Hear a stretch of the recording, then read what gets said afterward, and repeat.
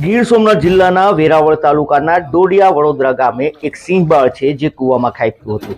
આશરે 1 થી 2 વર્ષની ઉંમરનું આ સિંહબાળ કૂવામાં ખાબકતા ખેડૂતે વન વિભાગનો સંપર્ક કર્યો હતો. વેરાવળ વન વિભાગના કેડી પંપાણિયા, કે જોશી, HSM મેર, અમરાપુર તથા સીમાર એનિમલ કેર સેન્ટરનો સ્ટાફ છે તે ઘટના સ્થળે દોડી આવ્યો હતો. આ સિંહબાળને બચાવવા માટે જહેમત ઉઠાવી હતી અને રેસ્ક્યુ હાથ ધર્યું હતું. લાંબા સમય બાદ આ રેસ્ક્યુમાં આ સિંહબાળને જીવિત કૂવાની બહાર કાઢવામાં આવ્યું છે. તેના પગું છે તેને બાંધીને આ સિંહબાળને ઉપર લાવવામાં આવ્યું હતું અને આ સિંહબાળને રેસ્ક્યુ કરાયા બાદ તેને એનિમલ કેર સેન્ટર ખાતે ખસેડવામાં આવ્યું છે, જ્યાં તેને સારવાર આપવામાં આવશે અને ત્યારબાદ ફરી એક વખત આ સિંહબાળને વન વિભાગ દ્વારા મુક્ત કરવામાં આવશે.